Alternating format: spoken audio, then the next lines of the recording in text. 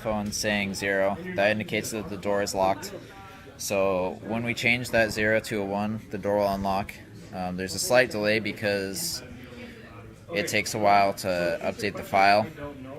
That's just because there's no save function on the app. So we'll wait till it says updating, and once it says updating or uploading, the door will unlock.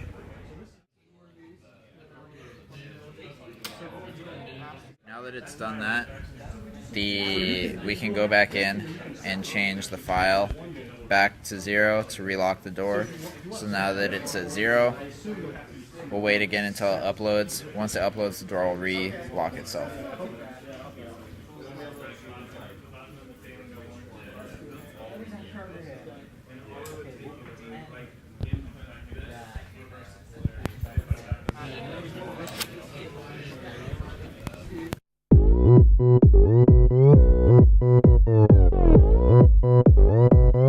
Oppan Gangnam Style.